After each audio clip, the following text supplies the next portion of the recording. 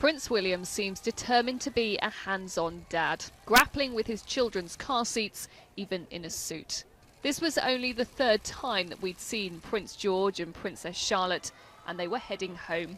The waving couldn't have been more enthusiastic. The Queen will be pleased. It's no surprise they've been the star attraction here in Canada, thanks to rare moments like this.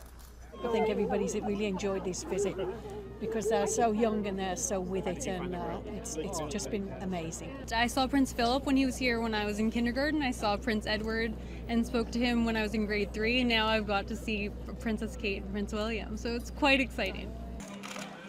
If you wanted more, the garden party was the main event. Princess Charlotte taking her first public engagement in her stride. Balloons, obviously a winner if you want to avoid tears or tantrums. We've never seen them like this as a family before. Mum and Dad seemed relaxed. The siblings generally well behaved. Even if Prince George needed some convincing to stay on that horse. Give her a stroke first. Give her a stroke and you come on. For the rest of the week, it was up to Mum and Dad to charm the Canadians. From Vancouver to Kelowna, they were met by crowds of dedicated royal watchers. The communities of Bella Bella and Haida Gwaii giving them a glimpse of First Nations life, even if they avoided the difficult issues of discrimination and poverty among these Indigenous groups. In terms of being an opportunity to have a frank and candid discussion on the socio-economic conditions of the Indigenous peoples in this country, there's absolutely no opportunity for that. It's not designed for that purpose. It's about pomp and ceremony. Stepping out with Prime Minister Justin Trudeau, they visited a centre to learn how Canada is opening its doors to Syrian refugees. They have the power to deliver messages. And I hope when they see what we did in Canada will inspire them. And when they go back home, they will do something about it. In the Yukon and Gold Rush country, they seem to get carried away. We're told that William and Kate have enjoyed this tour, even if they didn't have time to stop and tell us about it.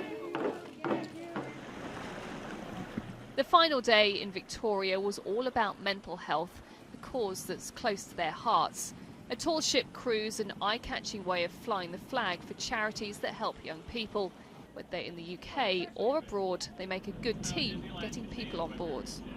We're thrilled to see them here. Yeah, it's great. It's beautiful that they spent so much time here, and it's a privilege to have them visit.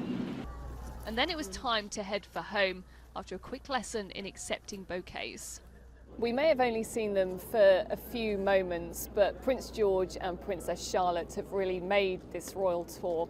It's no longer just about William and Kate, but about introducing their children to the wider Commonwealth.